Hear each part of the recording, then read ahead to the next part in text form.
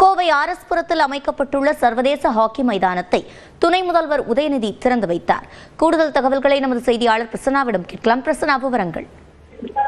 சிவரஞ்சனி, இன்றைய தினம் துணை முதலமைச்சர் பல்வேறு நிகழ்ச்சிகளில் கலந்து கொள்கிறார். அதன்படி கோவை ஆர்எஸ்புரம் மாநகராட்சி மேல்நிலைப் பள்ளியில் புதிதாக கட்டப்பட்ட 9.67 கோடி ரூபாய் மதிப்பிலான சர்வதேச தரத்திலான ஹாக்கி மைதானத்தை தற்பொழுது துணை முதலமைச்சர் உதயநிதி ஸ்டாலின் திறந்து வைத்தார்.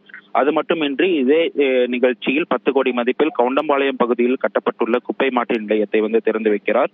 அது மட்டுமின்றி சித்தாபுதூர் மாநகராட்சி பள்ளியில் அமைக்கப்பட்டுள்ள 80 லட்சம் மதிப்பிலான வகுப்பறைகளையும் திறந்து வைக்கிறார். தற்பொழுது ஹாக்கி மைதானத்தை திறந்து வைத்த அவர் அங்குள்ள ஹாக்கி விளையாட்டு வீரர்களை சந்தித்து அவர்களுக்கு வாழ்த்துக்களை தெரிவித்தார். சிறப்பாக விளையாட வேண்டும் உள்ளிட்ட பல்வேறு அறிவுரைகளையும் வழங்கினார். அது மட்டுமின்றி இதே நிகழ்ச்சியில் மாற்றுத்திறனாளிகளுக்கு இணை சக்கரங்கள் பொருத்திய வாகனங்களையும் தற்பொழுது வழங்கினார். தற்பொழுது தொடர்ந்து அந்த நிகழ்ச்சிகளானது நடைபெற்று வருகிறது. இதில் பல்வேறு நலத்திட்ட உதவிகளையும் உதயநிதி ஸ்டாலின் வழங்க இருக்கிறார். சிவரஞ்சன், விவரங்களை வழங்கியமைக்கு நன்றி பிரசன்னா.